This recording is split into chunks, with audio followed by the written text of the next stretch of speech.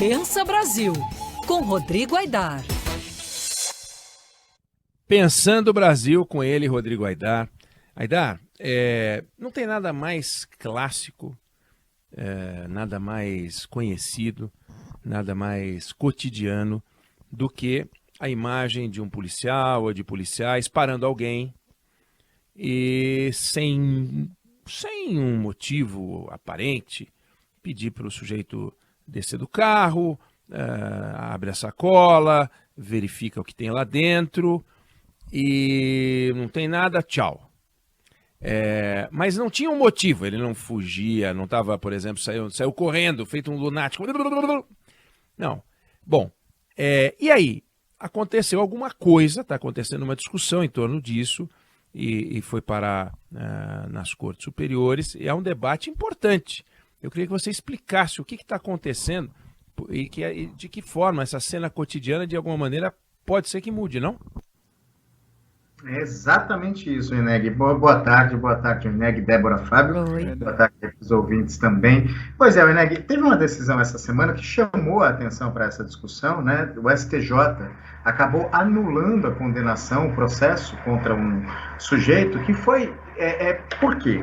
Ele foi abordado por policiais e descobriram com esse sujeito 3 pinos de cocaína. Esses 3 pinos de cocaína, os policiais deram ali um esfrega nele, um apertão, e o sujeito mostrou onde guardava os outros pinos de cocaína. E os policiais foram lá e descobriram, Eneg, nada menos do que 257 pinos de cocaína. Só que no curso do processo, depoimento do cara, defensoria pública, ficou demonstrado que ele sofreu uma violência na abordagem. Ao menos foi essa a demonstração que, segundo os ministros do STJ, da 5ª turma, por unanimidade, eles concordaram que houve uma abordagem violenta. Ele foi vítima de agressão. Quando você é vítima de agressão numa abordagem, acaba sendo anulado. E está em discussão também no Supremo Tribunal Federal o que eles chamam de abordagem por perfilamento racial. O que significa isso? Que a polícia para e comete alguns abusos evidentes, muito mais com pessoas negras, com pessoas pretas, do que com pessoas brancas. Está sendo discutido se é ou não inconstitucional. O que isso pode levar? Isso pode levar com que essa cena cotidiana sua mude e sejam estabelecidos critérios objetivos. Quando é que um policial ou que alguns policiais podem ou não abordar suspeitos? O que esse sujeito tem que estar fazendo? Como deve ser essa abordagem? Que regras essa abordagem tem ou não que seguir para que ela seja legal? O caso que está em discussão no Supremo Tribunal Federal é muito interessante pelo seguinte: todos os ministros que votaram até agora, esse julgamento foi interrompido em março por um pedido de vista do ministro Luiz Fux. E ele ainda não devolveu esse pedido de vista. É importante até que ele devolva, para que sejam estabelecidos alguns critérios. O caso que está lá em julgamento tem 5 votos, 4-1, para fazer com que o judiciário... Não, os 5 votos, 5 ministros até agora, decidiram que o judiciário, na falta de regras da administração pública ou do legislativo, o judiciário tem que criar algumas diretrizes para a abordagem policial.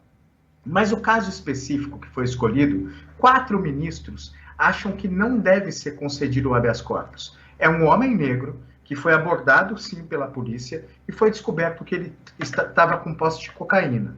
E no curso do processo se descobriu que ele fazia tráfico de drogas. Ele foi condenado a 8 anos de prisão. E o que os ministros disseram é que o caso é ruim, pelo seguinte, porque o ministro Alexandre de Moraes, no voto, diz que foram abordados naquela semana várias pessoas pretas, pessoas brancas, pessoas pardas, e que no caso específico ficou comprovado que o sujeito é sim traficante de drogas, independentemente da cor da pele dele. Então que o caso, para se discutir essa abordagem policial, não é o mais correto, mas que o judiciário precisa criar regras para que esse tipo de abordagem não tenha como preferência pessoas pretas, e sim tenha como preferência pessoas sob atitude efetivamente suspeita. Agora, Aidar, já teve um outro julgamento, que discutia a atitude de quem era abordado. Ou seja, a polícia não poderia, claro, sem violência sempre, perfilamento racial não pode, isso vai ficar definido, mas também a atitude da pessoa é tema de discussão, né? O que ela fez para justificar a abordagem, não, Aidar? Tem isso, e eu acho que é justamente essas diretrizes que o Supremo vai fixar nesse processo. Já teve um julgamento desse, mas não houve, assim, não se fixaram diretrizes, Oineg. E eu acho que esse é o grande problema. E mais uma vez, a bola foi jogada para o judiciário por conta de um vácuo, de uma omissão dos demais poderes nesse processo, nesse tipo de questão.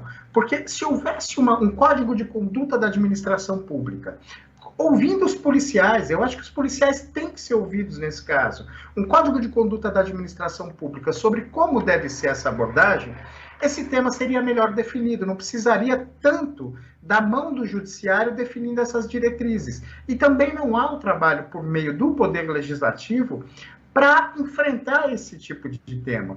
Por quê? O que tem muito nessas situações, Ana? Eu lembrei, inclusive, um pouco antes da nossa conversa, não tive tempo de recuperar essa reportagem, porque eu lembrei muito em cima da hora. Mas uma reportagem do UOL que mostrava que um adolescente negro de 16 anos, ele trabalhava em uma oficina mecânica. E ele passava sempre pela mesma via com a roupa suja de graxa. Sujo, efetivamente sujo, porque, enfim, ele trabalha em uma oficina mecânica. Antes de chegar em casa. E num espaço de tempo, eu não vou lembrar qual é o espaço de tempo, mas não é um espaço de tempo muito longo, ele foi abordado 10 vezes pelos policiais. E algumas vezes com alguma violência. O que fez ele chegar em casa machucado. E assim, a mãe do garoto dizia que ele não podia ver uma viatura policial, que ele começava a ficar nervoso. Para que esse tipo de prática acabe, é preciso criar um código de conduta. E o judiciário está agindo na falta de um código de conduta que venha da administração ou do Poder Legislativo. E o judiciário, Eneg, não teria que ser, ou não é, o melhor poder para fixar regras, fixar diretrizes. Ele pode estabelecer alguns princípios, baseados em direitos humanos. Você não pode abordar de forma violenta. Agora, descer no detalhe, por exemplo, qual é a conduta da pessoa, em que situação, o que ela está fazendo para que possa ser abordada, isso ainda não existe. E esse código de conduta tem que ser estabelecido. Até para que, em casos como esses que o STJ julgou, em que evidentemente se tratava de um traficante, porque afinal, o cara contou onde estava e os policiais foram lá e acharam 257 pinos de cocaína, isso não é para consumo próprio, óbvio. Então, assim, e o caso acaba anulado. Por quê? Porque se acreditou que ele foi abordado com violência. Agora, se houvesse um código de conduta e os policiais tivessem seguido à risca esse código de conduta e achassem os 257 pinos, a gente não estaria falando da anulação desse caso. Então, o que falta é isso. É um código de conduta, a administração pública podia fazer isso, o Poder Legislativo, isso acaba ficando na mão do Judiciário, que ao menos o Judiciário faça. Ou seja, para isso, o ministro Luiz Fux precisa devolver esse processo para a pauta do Supremo, para o Supremo acabar de decidir essa questão. E a gente não vê casos como esses, em que um evidente traficante de drogas acaba liberado pela falta, literalmente, né, de um código de conduta para essas abordagens policiais. E várias polícias brasileiras têm os tais procedimentos de operação padrão, acho que chama POP, acho que esse é o nome, para abordar veículo, para abordar pessoa na rua, para abordar... Mas várias polícias não têm nada. E nada impede que as próprias polícias, os comandos das polícias militares façam, né, Aidar? Não precisa esperar o legislativo, não precisa esperar o judiciário. A polícia pode fazer. Aliás, se a polícia fizer, melhor ainda. Porque nasce daquele que tem a experiência, da instituição que está acostumada, sabe quais são os desafios e sabe o que é violência e o que não é violência. Até para que seja um código ou um estatuto, seja lá o que for, com mais... que nasça da base, né? Tem mais enfim, legitimidade. Aidar, voltamos a conversar na semana que vem?